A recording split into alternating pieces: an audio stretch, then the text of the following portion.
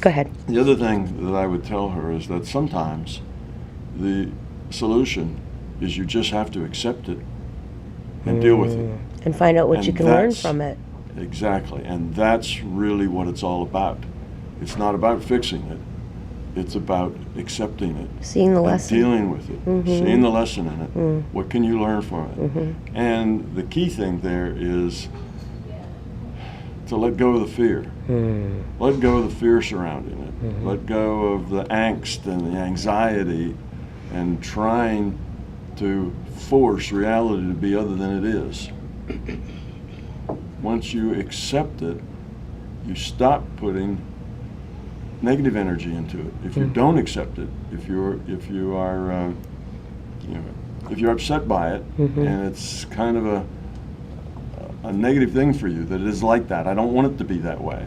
You know, I suffer with it, or my daughter suffers with it. She doesn't want it to be that way. It's not. If that turns into an angst, if that turns into a problem that's unsolvable, if that turns into a fear of never being right, never being normal, having to deal with it, that can turn into self-pity. That can turn into, a permanent problem. And all of that then is reinforcing.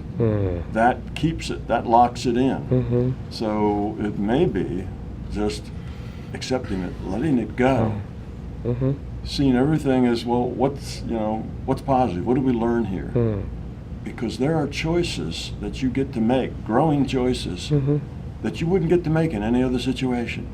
There's growing choices when you're a parent of a child with a problem like this.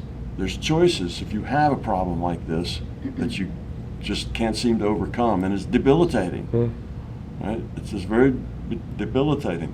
There's problems, you may be born with no arms. Well, there's certain choices you can make in that situation that you wouldn't make otherwise.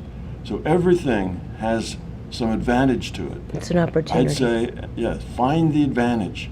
Look at it and see, what can I learn here?